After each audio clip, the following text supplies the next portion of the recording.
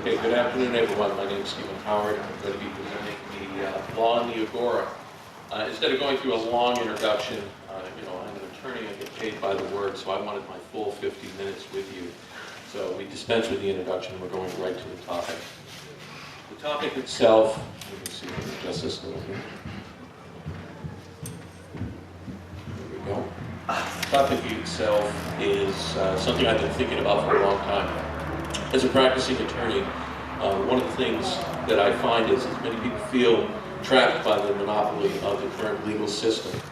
As a person who believes in the free market, I'm always confronted with the idea of what would the law look like if there was no monolithic state, and how do we translate that image to the general public, to give them an opportunity to understand, to give them a model where they can feel comfortable and feel that their issues and their concerns are addressed by a legal system that does not rely upon coercion, force, aggression. Now, there has been extensive writings, as probably some of you know, from a variety of different writers, but primarily their focus has been on the issue of criminal justice, law enforcement, protection of individuals from aggression. And they do a really great job covering these topics, but they don't do a very good job talking about less intense conflict, such as neighbors' disputes, or land disputes, divorces, community conflict, such as, let's say, poverty, as an example. Now, usually when you do hear these questions, you're confronted with the answer, oh, the market will take care of it. I find that this argument is very unsatisfying. It's very non-reassuring for the average person, and should be reassuring for libertarians. Finally, in exploring this, I'm looking at it from a personal point of view. The idea of what would I, as an attorney, would do in a free market system to deliver justice. Now, what I generally tend to do is not try to reinvent the wheel, but to build upon the experiences of previous generations to provide working models and alternatives that give people some idea of what a free market system would look like. And here are some of the suggestions that I would have for today. Now, we know that the market takes these ideas and can evolve and expand on them. But generally speaking, what we're really looking at is a system that works for each of the individuals. All right, let's forget the notes for a minute, because this is starting to sound really academic. Do you ever play pickup baseball? Honestly, I don't think I have. You've never played any pickup baseball. How many people here has ever played a game of pickup? Okay, great. When did you play that game? You, Sarah, in the way back there. 92. 92. How old were you? 14. When was the first time you ever played a pickup game of baseball? With parents or without parents? Without parents. 12. 12. Did you read the Major League rule book as to how to play the game? My dad gave me one. How did you know how to play the game? You learned. How many people here have gone to a flea market? Okay, great. How did you know which way to walk in a flea market? How did you know how to haggle? Did you know where you were supposed to be when you were eating food, or where you were supposed to go to the bathroom? How did you know that? You see, the problem with people's perception of the law is that they have to be told what's right and what's wrong, and how things are done. And what they don't realize is that on a daily basis, what they're really doing is they're already having a free market in the law. They're already developing their own procedures. You learn by doing baseball. Now, I can probably bet you did not have a Major League Baseball certified baseball field with the appropriate lengths for the base, right? You guys just came up with where the bases belong, right? How many people here realize that they're now under the rule of law of Rogers Campground? Come on, you got the map. Who looked on the back? There are rules and regs there. Oh my God, what are they going to do if you break those regs? Why are you obeying them? The answer is very simple.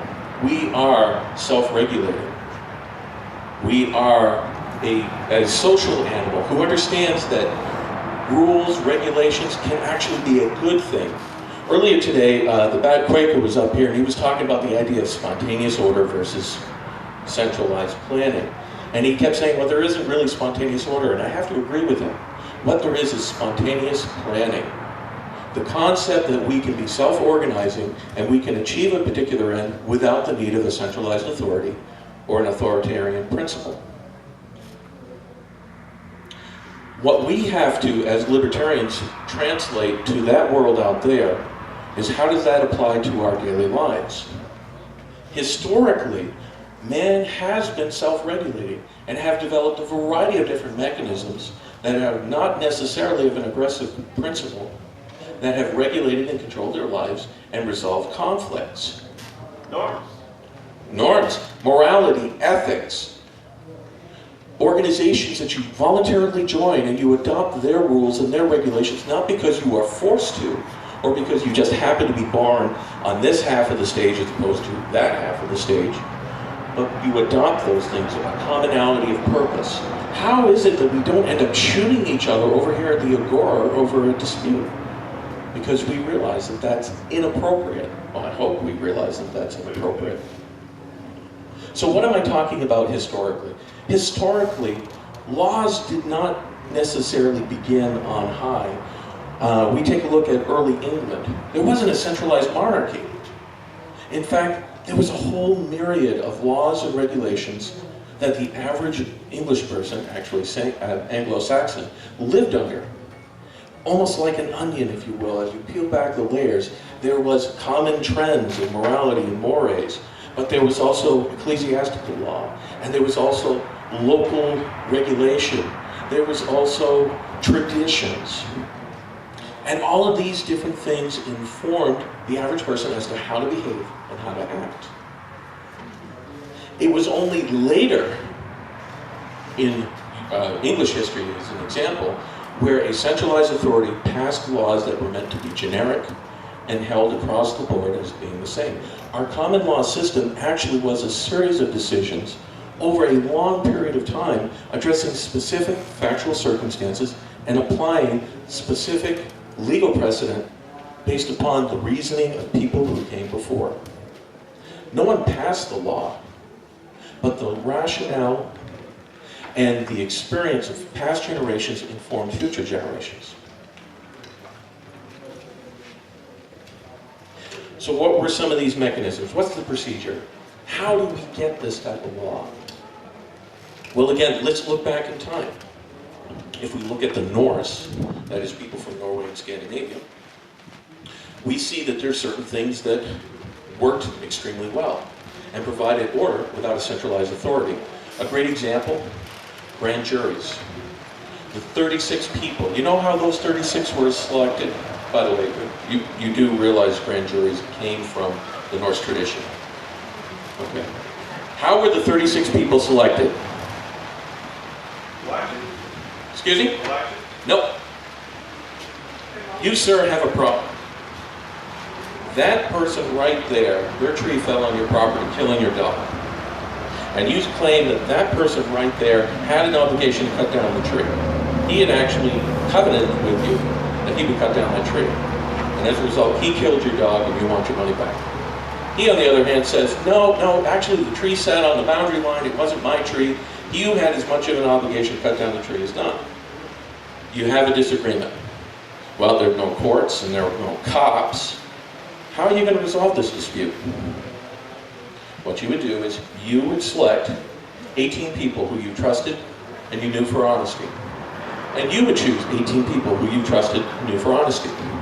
And then what you would do is you would present your individual cases. You would show the evidence. You would provide them with the information they would need to know in order to establish who was responsible for that tree. Now, why 18? Well, that was a nice number. But more importantly, realize this.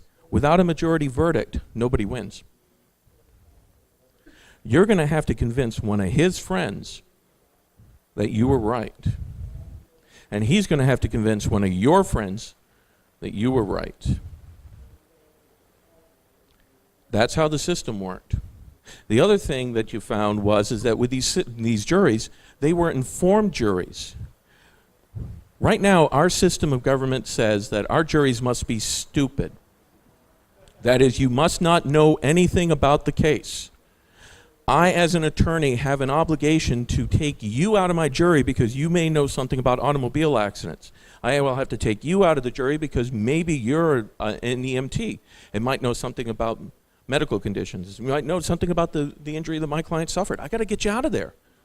I can't have you in there because then the remaining jurors may not listen to me. They may listen to you. In this system, we left the EMTs in. We left the accident reconstructionist in. Why? Because he would help inform the other jurors about what is really important to know about this particular accident.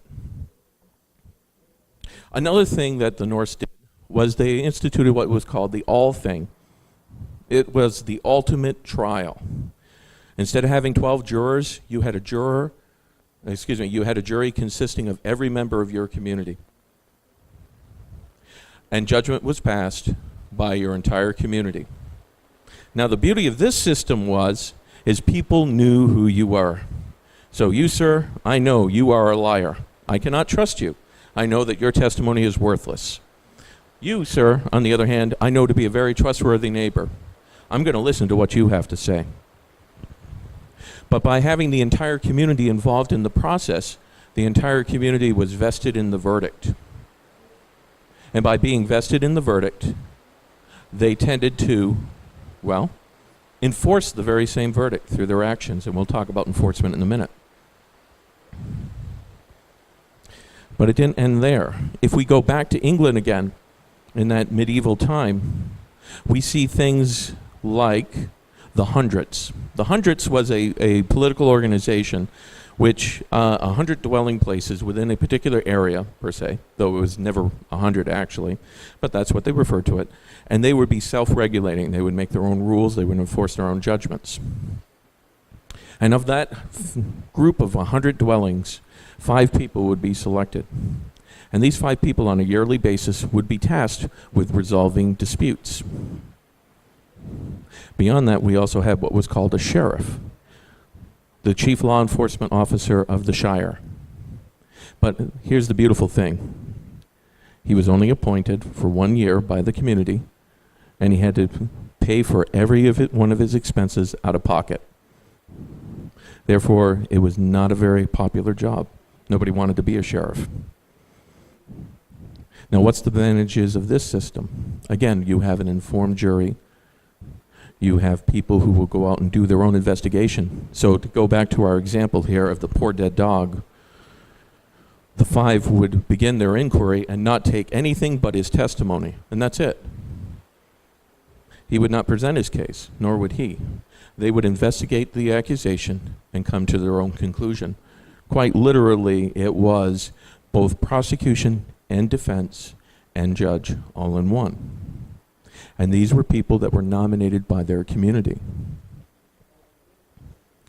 These people would eventually bear the title peacekeepers.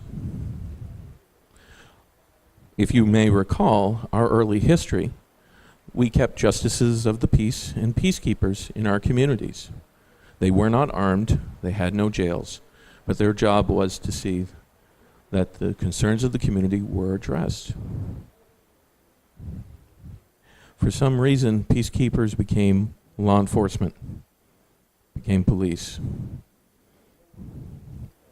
There was one other entity that came out of the Anglo-Saxon tradition. Whenever there was a question as to the legality of any action, the community usually looked to a set of people, maybe 1, maybe 2 people, who kept the traditions, both oral and written, who monitored the decisions made on previous generations, who published those decisions. These people were speakers of the law. That's right, lawyers. Yes, that's where we came from. We were trusted with the law. Oh, and there was one other institution that was around to help keep the peace, and that was the professional organization called guilds. So individual professions, whether you be coopers, blacksmiths, so forth. As you gained master status, you could then sit in judgment of any dispute within your particular profession. But you could never sit in dispute between a professional, the person who is part of your guild, and a private individual having business with them. You only judged the validity of a claim between two professionals. So if you were to have two shoemakers in conflict, they would go to their guild for a resolution of that conflict. These were all voluntary organizations. You were not forced to follow them. Your participation in the 100 could be, I never show up at a meeting, to, I want to actively participate in the governance of my area. Voluntariness is the key. There's no coercion. And again, as if you were here last year to hear me speak, there were no jails.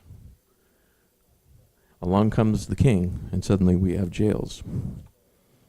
So what does these historic backgrounds, these models from the past, what do they do to inform us of today?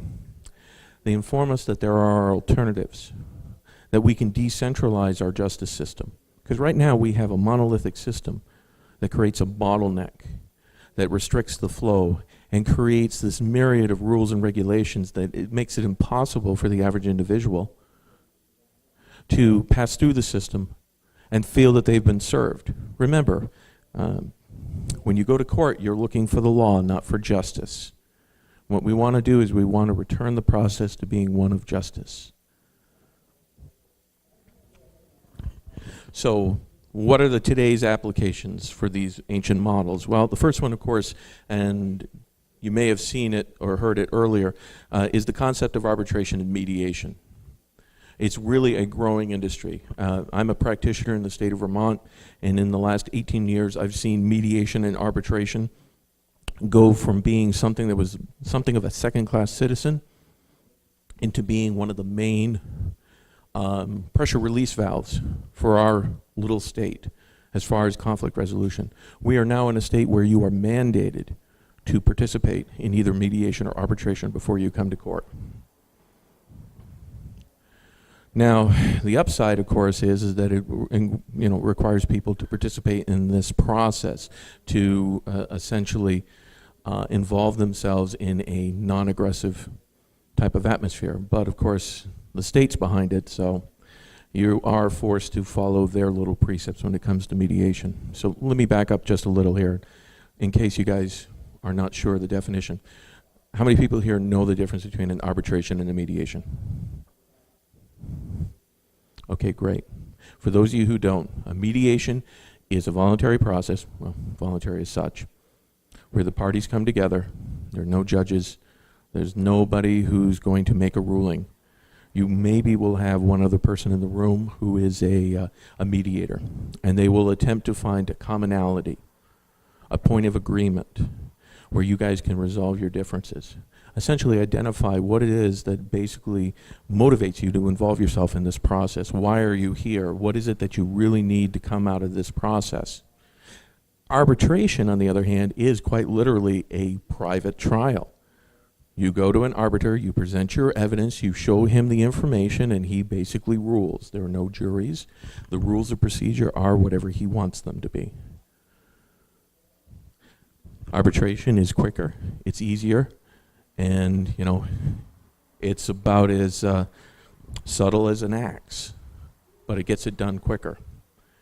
Mediation is a lot more touchy-feely. Excuse me? Yes, mediation is absolutely about relationships. It is about building, recognizing not only your needs, but how your needs and the needs of the other party align to reach a point of agreement. But what about these other entities? What about the idea of the grand jury? Why not, in a dispute with somebody, say, hey, look, in order to resolve this, these 6 people over here said that they would be willing to look into this issue for me. Why don't you appoint 6 people?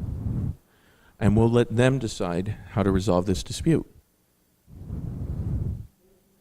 Why not use the system of the informed jury or the community-appointed inquest.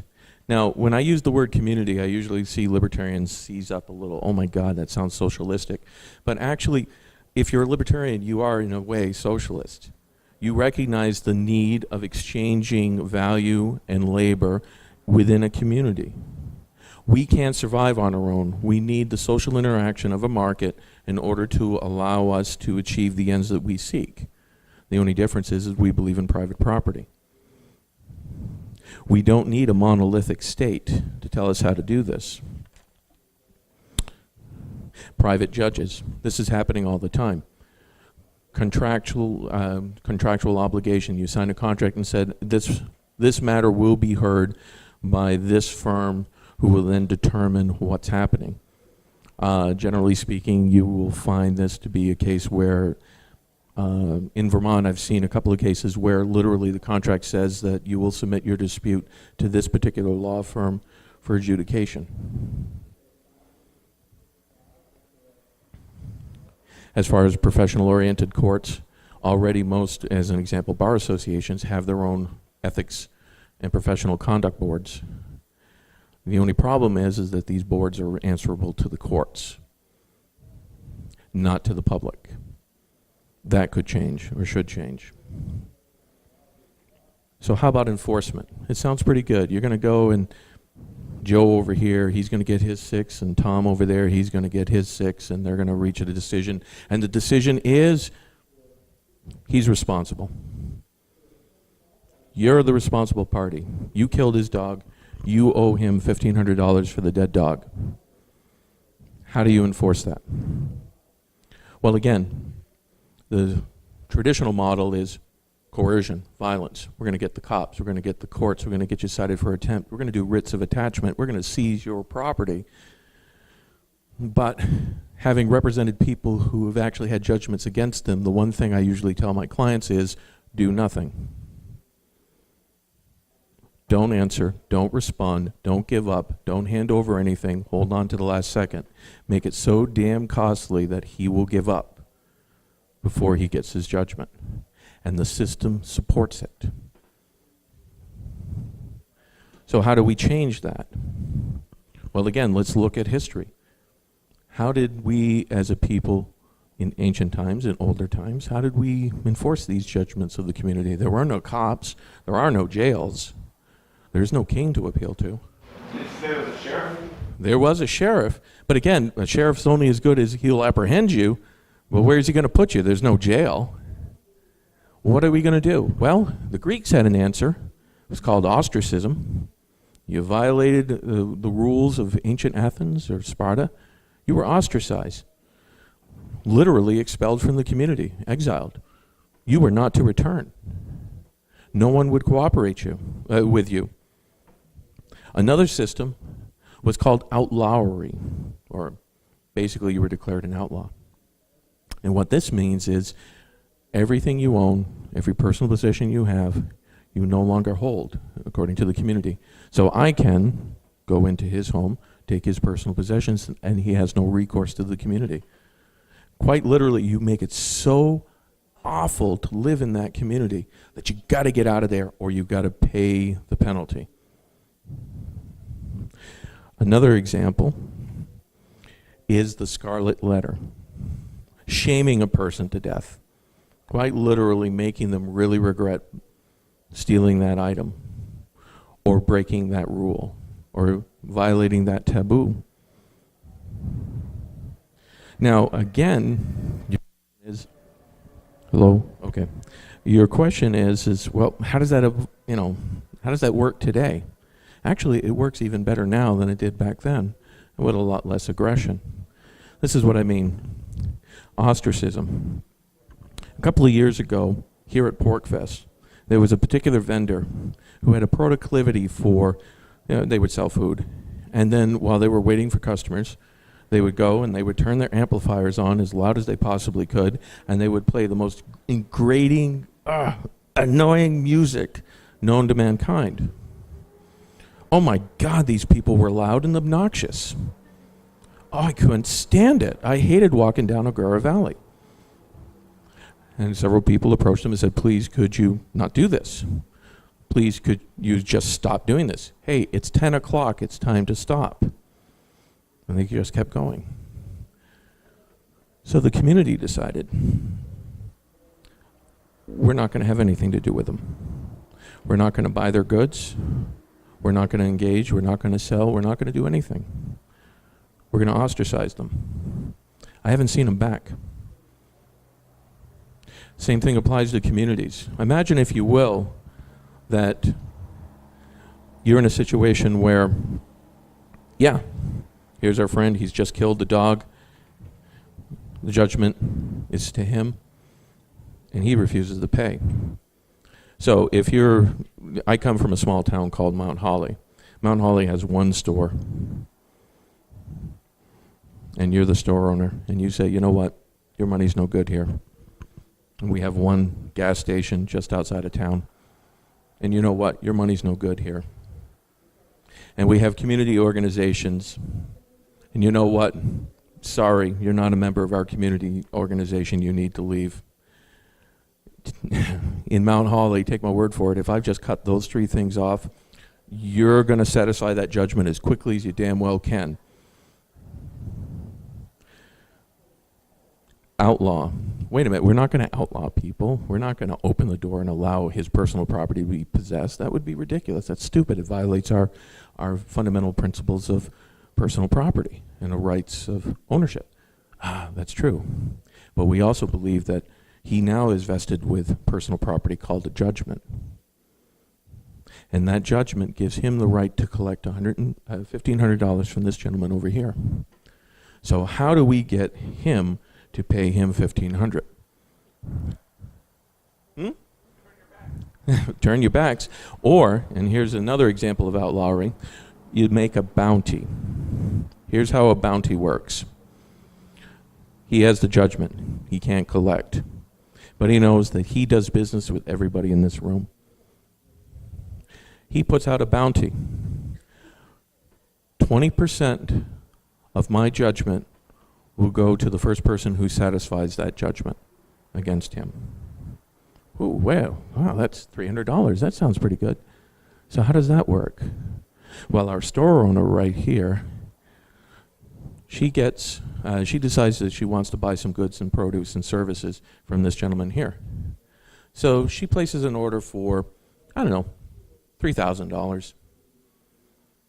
He delivers the goods.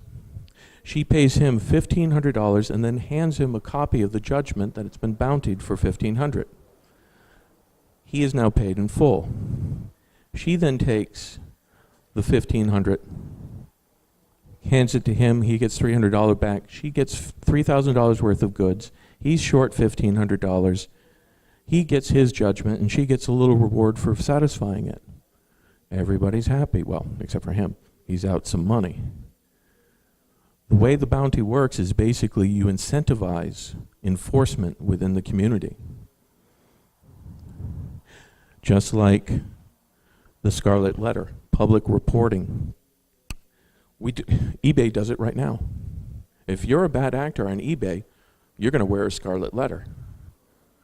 You're going to be reported by people who have had business dealings with you, who are basically going to say, don't deal with him.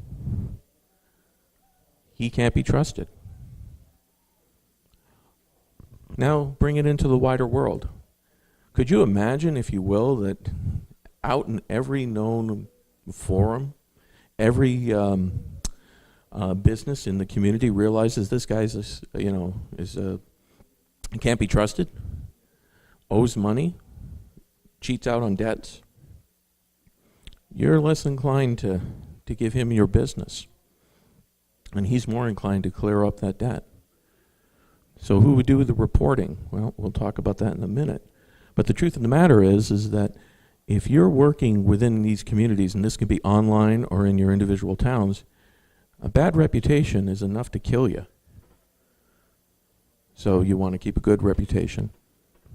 And that's what the Scarlet Letter is about. Now, here's why this system works really well. It's entirely voluntary. That means this: if there's a verdict against this gentleman and you don't agree with that verdict, you can ignore his judgment. You don't have to satisfy his bounty. You don't have to ostracize him. All you have to do is just continue on the way you've been. But if enough people in the community agree with that verdict, it can be very powerful. Do you ever wonder why, or maybe you don't, why they put bounce checks up on the wall behind the cashiers? It's not to memorialize the fact that they had been robbed.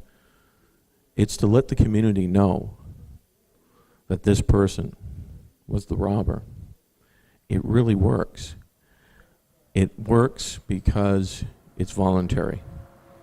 If you end up with a bad verdict, and I'm just happening to think of a verdict down in Keene just recently, where a person's life is being ruined by the state, and so many people disagree with that verdict. Under this system, his punishment would be, well, minuscule.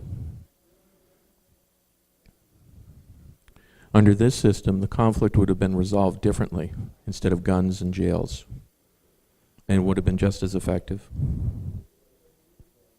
It's also entirely correctable. Let's say that ultimately it's determined that he had lied about his case, and in fact this gentleman here owes him nothing, and it's broadcast to the community at large.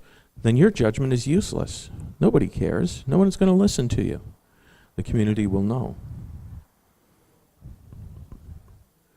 Last but not least, it's a system that requires, well, participation. Right now, how many of you actually sit in on criminal trials? Show of hands. 2, great. Wow, you got to get another hobby. How many people sit in on civil cases? You were in voir dire? Lucky you. Did you make it to the jury? Too damn bad. All right, family court cases. The doors are open, but nobody attends. I've tried more cases to empty rooms than I'd care to speak about, and yet it's always available. You're not involved in the process. You pick up the paper the next morning, you read the verdicts, you shake your head, damn, that's too bad, and you go on with your life. Oh, yes, I've heard this argument. It's during work hours. So if we could develop a system that's not during work hours, that was more participatory and involved you, and let you know what's really happening in your community, that would be something you'd be involved in, wouldn't it? I find most people would be involved. And they'd actually be kind of shocked to learn what the hell goes on in a courtroom. I mean, I do it for a living, and I can tell you I'm still shaking my head every time I walk out. And it's not that I've lost a lot of cases. So how, again, do we go from here to there? Why is it important? By developing these models, these ways of behaving, these ways of adjudicating and resolving conflict in our communities, in our lives, in the community that's just outside this door, we provide a working system that people can actually say, wait a minute, I've got this monolithic mother over here that's really not doing me any good, and then I've got this thing over here that seems to be working pretty damn well. How long do you think the average case takes to resolve itself in a civil court? At least a year. At least a year. That's a long time to wait for justice, and even then there's no guarantee. And we're talking thousands of dollars. If we could develop a system, and the tools are right there in front of us, as a community, and involve our neighbors. They don't have to be libertarians to get involved in this. They'd actually be quite happy if they were given alternatives outside of the court system. Maybe we can supercharge the movement, if you will. By giving people an alternative, they might be able to begin to understand that there is value in the free market. Checking my notes briefly. In other words, a lot of these things that we're doing today, or that I've talked about today, are not only readily at hand, but we're already doing them, whether they be mediation or personal conflict resolution. The difference is that people feel that the only way they can get recourse is through the courts. If you can give them that alternative, a recourse outside of the courts, then I think you will find that more and more people will understand the values of the free market and understand that it's there for them, and that it's not just there for corporations. If you give them something that they can work with and acclimatize, they will begin to understand our arguments have a great deal of meaning and validity. So what is the role for the attorney? In other words, when you guys take over the world and we're now in a free market, am I out of a job? I don't think so. Because there's some things that we could be doing to help the system along. One of the things, obviously, is we could help in the formulation of contracts. If you've learned nothing else, words are powerful. The meaning of words are powerful. Let me give you an example. The other day I was speaking to a young lady, and she was relating some information to me. And she said to me, well, I was talking with my friend, and she said that my father was filling me full of this information that was just totally false. And you know what? It didn't all come from my father. And I thought about it for a minute, and I said, oh, okay, it all did not come from your father, but it does imply that some of that false information came from your father. And she thought about it for a minute, and she's like, well, yes, that's true, but how did you know? Words. The way you say things. If there's anything, if you ever find yourself at trial and you're ever testifying, realize we attorneys live for your words. We can't wait for you to start talking, because we know everything about you by the time you get done. It's how you say it, not what you say. But attorneys also live by the word, so we could develop contracts and codes, a way of formalizing relationships. We can also serve as informed jurors to give you a look back into the common law. We could also be publishing these bounties and these decisions to keep the community informed. And last but not least, we could serve as mediators and arbitrators, realizing the difference between hearsay and what is evidence. Now, this is about the time I'm going to stop so we can do some question and answers, but I wanted to let you know there is a part 2 to this speech. Friday afternoon at about 4 o'clock over in the Alt Expo tent that's up here on tent sites 1 and 2, I'll be doing the second part of this speech, which is basically going to be talking about how you can actually engage and involve in a process of creating institutions within your community that would allow you to create this alternative law, to create this alternative mechanism to give the community something to work with. 2 more things. Vermonters for Liberty, of which I'm a member, it's a group of liberty activists over in the state of Vermont. We've been around for about 5 years now. We're going to be having our own little tiny festival. We call it the Freedom and Unity Fest, FU. Yeah, we worked really hard on that, by the way. Freedom and Unity is our motto. It's on August 17th. It's in Northfield, Vermont. It's at a little campground. We're going to be having a lot of great bands. We're going to have a lot of great speakers, and we'd really like for you guys to come on out. And the reason we do is because just being here sets an example. Just participating sets an example. The building of communities and so forth. Last thing, of course, is this. We're also going to be doing a presentation tomorrow at 1 o'clock called Echoes of Liberty, Green Mountain activists in Green Mountain State, talking about our efforts to take what is probably the strongest leftist stronghold in the United States. In other words, we're the state that was so proud that we were the first person to vote, or the first state to vote for Obama. Okay, that's our point of pride. How we as liberty activists have been making inroads, talking to people normally libertarians don't talk to, people of the left and the progressive mindset, and talking about the things that work and don't work for us, and maybe would help you in your endeavors if in fact you find yourself dealing with people who are more of the leftist tendency. So with that, I will open the floor for questions. And I see we have one already.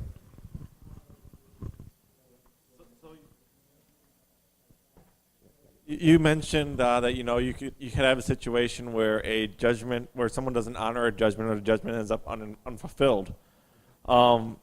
People that are bad actors in the community probably have a propensity, at least many of them, to continue to be bad actors. Eventually, they're going to burn enough bridges that you get a de facto ostracism because everybody becomes a victim at some point of this person. No, absolutely. And the key of it is this. Again, I'm in a small town, but we know that there's a particular individual in our community that you just simply do not let on your property, because by the end of the day, you won't have much of your property left.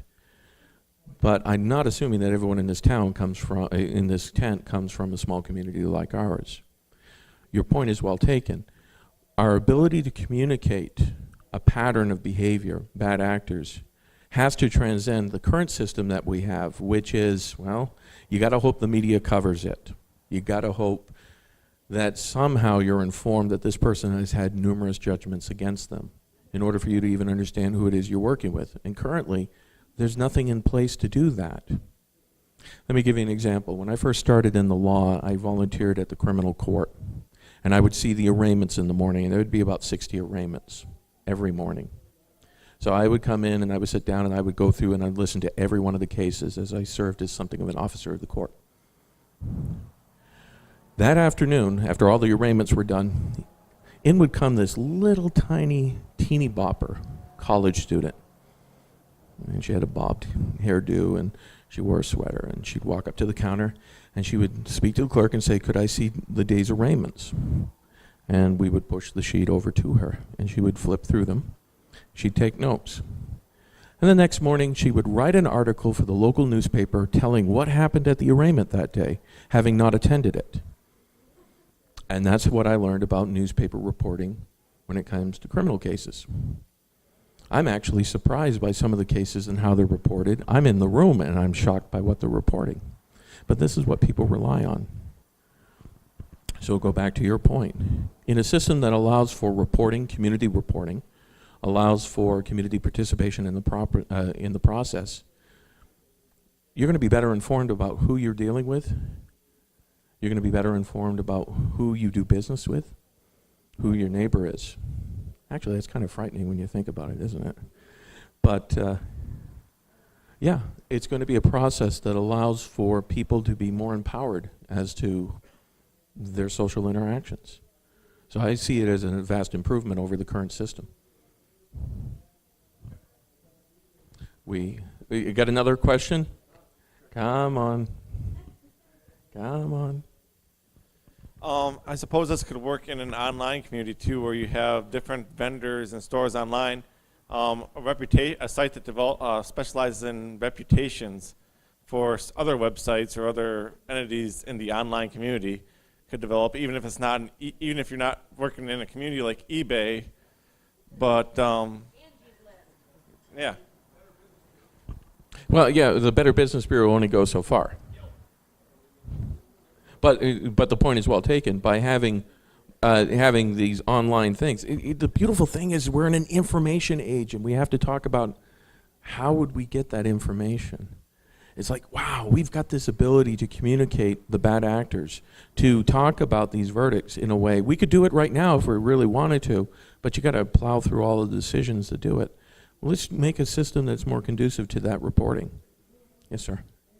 So under our current system, if I have a dispute with someone and they are in the wrong and they know that it's to their advantage to delay, and not go through, basically waste my time and waste the court's time in order to minimize their loss and maximize their gain, what kind of sales pitch would you recommend for somebody like this if you're in the position of having a conflict with them that you want to resolve through mediation or arbitration?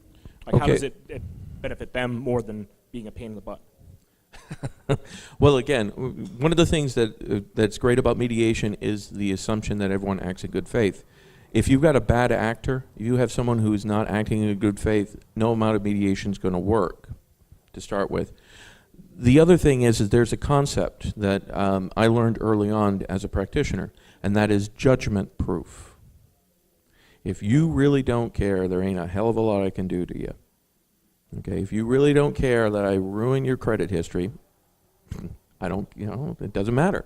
If you really don't care that I take away your driver's license, really doesn't matter. You don't have any assets, really doesn't matter. If basically the current system is if you don't care, it don't matter. Okay, and the same thing with, we'll take our example of the fallen tree and the dead dog. He has no insurance. Now, you can pursue him. Well, he rents an apartment. He works a 9 to 5 at the local subway, and he has a third-hand car. And you come to me and you say, Mr. Howard, I want you to collect on my debt. I would say, eat the debt. You're going to pay me more than you'd ever get out of him. He's judgment proof. Yes, sir. Hey, I appreciate you coming up and sharing that with us. Thank you. I'd like to ask, is this going to increase the time that I need to spend or I'm going to spend in that system? That's a good question. Well, let's assume that you need to be in the system. I have to go on that assumption. So let's try this. It's a civil suit. Okay, we'll change it around. It's a fender bender. All right. So, and neither one of you have insurance. We'll go on those things. So you're looking for resolution. So you contact him. You say, look, you hit my car. It's about $200 worth. Really, you need to pay me. He's like, well, I'll get back to you. 6 months later, you still haven't heard from him. So there's 6 months. So you say, you know what? This is a small claims court. I'm going to take this to small claims. So you go and you get someone to appraise the vehicle for the loss, $200. You gather up your evidence, you fill out the paperwork, and you send it to the small claims court. Well, welcome to Vermont. Small claims court usually takes 6 months before you get your first hearing. Okay, great. So you get your first hearing. It is now 1 year after you had your fender bender, at which time you come to court, but he fails to show. Oh, okay, judgment for you? No, actually not. You see, they have to give him an opportunity to defend himself. So we're going to delay it 90 days, have him come in. We're going to actually do a judicial summons. So we're now 1 year, 3 months in. He does show up. Guy says, well, yeah, I hit his car. Yeah, I owe him the $200, but I don't have it right now. But I'm willing to agree to a $200 judgment. Court enters a $200 judgment. You're given $200 judgment. He has 30 days to fulfill that $200 judgment. 30 days come up. Guess what happens? Doesn't fulfill it. Now you're 1 year, 4 months in. You have a judgment. You don't have an enforcement. So what do? Oh, okay. I'm going to go back to court to seek enforcement of the judgment I just got. So you go back to court. You file an enforcement proceeding. 3 months later, we're now what? 17 months deep? 19? 19's the count. You finally bring him back to court. He says, Your Honor, I don't have the money. I work at Quiznos. Jesus, man, it's part-time. And I got this girl that's knocked up. And, Jesus, I got to pay child support. Judge looks at you, looks at him, goes, well, you got to pay something. What are you going to pay? $2 a month. Court says, done, $2 a month. You're 19 months in, you're getting $2 a month. 3 months later, he stops paying because guess what? He had another kid.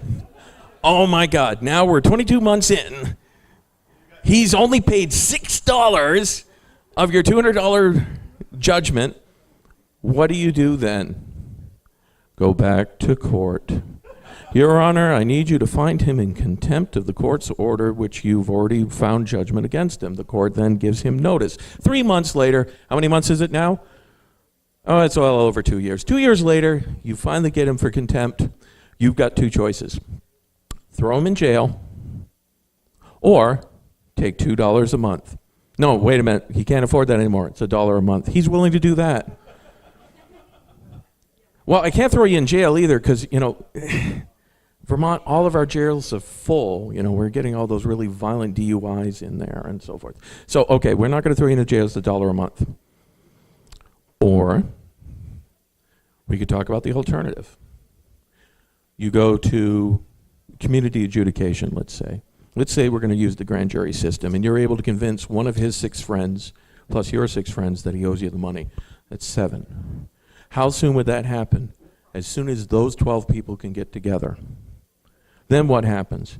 They communicate the verdict. So we'll give you a month or two. They communicate the verdict. You owe him $200. Okay, great. He doesn't pay. Doesn't pay in a reasonable time frame. What's that? 30 days. Okay, so what? We're now 3 months in? You're not going to wait for this crap. So you send it to our friend over here who happens to be an attorney who publishes decisions. And you say, look, I want you to publish this decision and I want you to put out a bounty.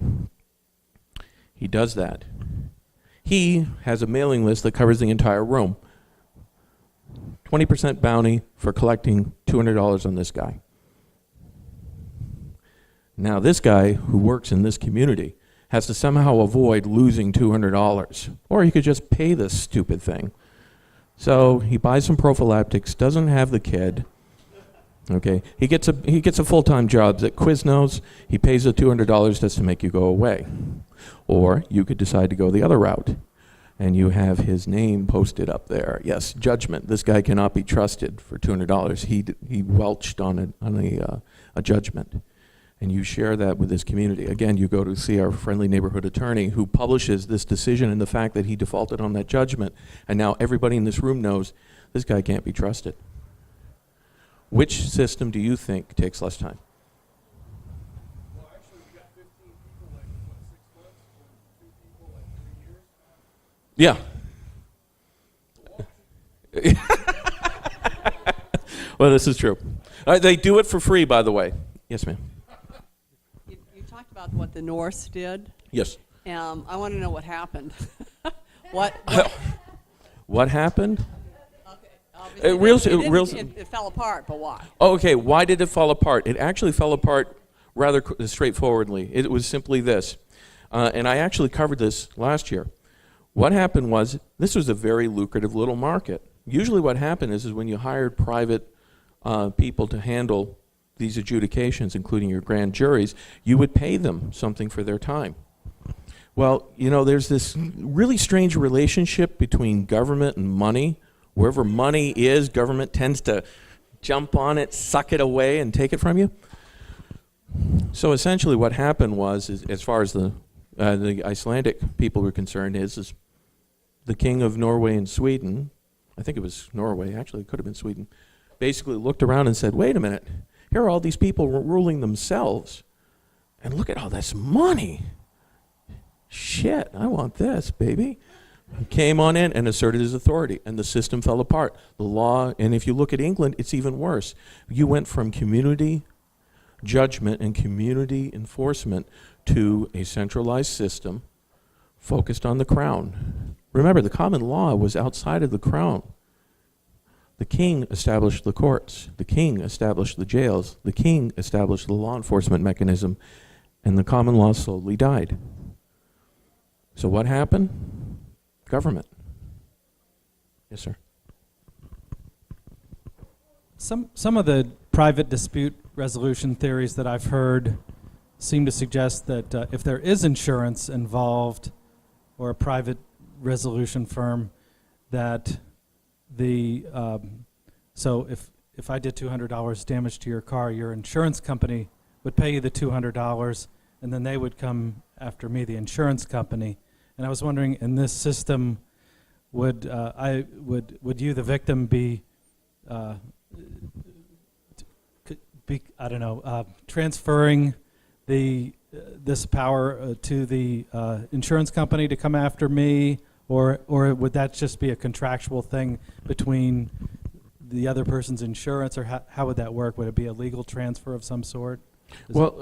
The short answer is the one I hate, which is the market will take care of that. But no, the answer is that what it comes down to is if you're developing a system that works and you have no need or recourse to seek a bigger, better agency to do it, then it will continue to work without that agency. But if it's a system that does require bigger guns, then I'm very sure insurance companies will step in. What we have currently is we have state-mandated automobile insurance, just to take the example. Now, does everyone understand the reason why we have state-mandated automobile insurance? Well, no, I understand. Okay. No, you don't. Okay. No, fair enough. I'm sorry. In Vermont, we have state-mandated automobile insurance.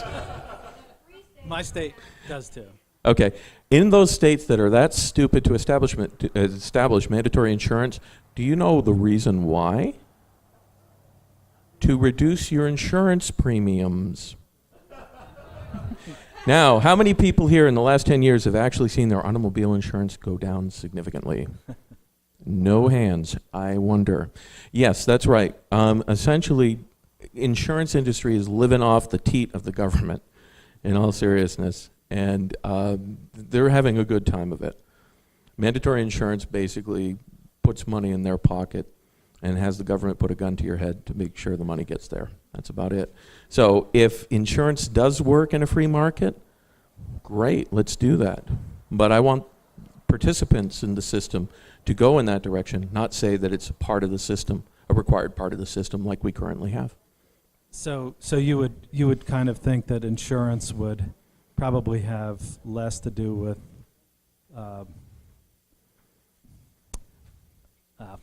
I guess how would it relate? It would be more liability oriented, or just you're saying it wouldn't need to exist at all? Well, no. It's not that I didn't say it wouldn't exist. What I'm saying is currently you're in a system that almost impels you to carry liability insurance. And what I'm saying is that much of the conflict resolution, in other words, going back to my example, if you walk into the door and you say, hey, look, the guy broke my arm, he broke my leg, he shot my dog, he raped my wife, and then he had the audacity to drink my beer, I want you to go after him. My first question to you is, does he have insurance?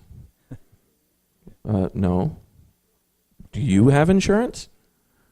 No. I enjoy talking with you, and goodbye. There's no money there. I got you. Yeah. All right? We have to create a system where we can take insurances out of the process. Mm-hmm. But it doesn't necessitate insurance being removed from the process. Okay. All right? Thank you. Again? Wait a minute. I want him behind you. You come here. He's asked two. You haven't asked one. Come on up. Okay, Closer to the mic. yeah, so you talk about how the system is going to be a system that encourages greater participation.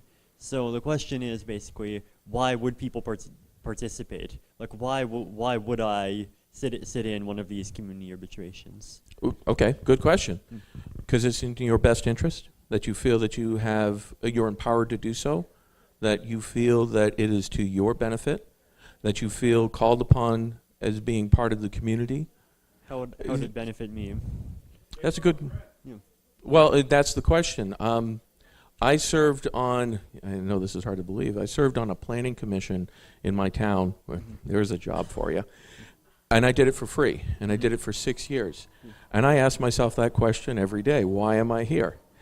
The truth of the matter is I felt that as being part of the community, having an impact on the community, made it worth my while. The question that you're asking me is why would someone participate in an alternative legal system? Because they perceive that it is worth their while. Essentially, we're a binary world. You only have two choices. You either go with government or you go with an alternative. If you think government's doing a better job adjudicating your disputes, knock yourself out. If, on the other hand, you think an alternative system works better for you and makes you feel more empowered and makes you feel more engaged, knock yourself out. This alternative. It's an individual choice. It is not, and I use the word system, and I apologize because system implies some sort of top-down mechanism. It has to be bottom-up. You can create castles in the clouds all you want, but the truth of the matter is that if no one's willing to do the heavy lifting, it will never exist. The point of it is it's not going to be created by one attorney in the state of Vermont or a private individual here who I've beaten the hell out of, okay, to make this thing work. It does require all of us to make a commitment toward justice, getting involved in the process. Thank you for your question. Will the dog be asking the question or you, sir? I'm going to ask it. Okay. How would your system deal with the scenario where somebody actually is negligent and causes damage? Like, say I crashed my little moped into somebody's, $1 million Cadillac, Hummer, or whatever, and I actually don't have the funds, and I'm not insured because apparently there wouldn't be insurance. You just pay them really, what would be the answer? How would that person be made whole? That's a good. How would I be ostracized if it's Well, and again, the difference between, and this is something I have clients all the time who surprisingly owe me money. And they were like, well, how do I avoid getting a finance charge? How do I avoid getting penalized? How do I avoid having you withdraw? And my answer is, pay me what you can until the bill is paid. And again, in your particular community to be in a situation to judge, well, is this person paying enough? Is he being a deadbeat? It seems very. Well, yes, it everyone has is, to but make that right now, determination on their own. absolutely. But let me tell you right now, how many people here pay child support? You don't have to raise your hand. Okay. When you walk through the door and you happen to be of the wrong gender, you are already a deadbeat if you owe any money. The point of it is that you have to disprove the point. In this particular case, people know you. If you're in this community and you have the great reputation, and this is one of those circumstances where, look, I'm paying what I can, I don't think you're going to be classified as a deadbeat. But if you're avoiding judgment and you're avoiding, engaging the person who owes you the judgment, maybe you are a deadbeat. Maybe a little personal responsibility, For me, it's just hard to imagine, other than a really small scale, that this could be terribly. Well, violent. yes, but I've always considered liberty to be local. I cannot imagine a large edifice, thousands of people gathered together making decisions about people's lives. Oh, wait a minute, that's called statism. The point is that we as a community, when I use the word community, I mean community as in the markets you interact in. I mean the people that you associate with. I mean your neighbors. I mean your family. These are the people that we're talking about. And as you interact either online or in the world around you, you create community. It's, in essence, instead of creating this monolithic entity that will somehow answer all of our problems, maybe we need to start taking a little personal responsibility about how to solve these problems, to address these issues, and to do so in a just and fair manner, instead of appointing a guy with a gun to do it for us. I've actually run over time. I really appreciate all the questions. Thank you guys very much. Hopefully we'll see you tomorrow. Bye-bye.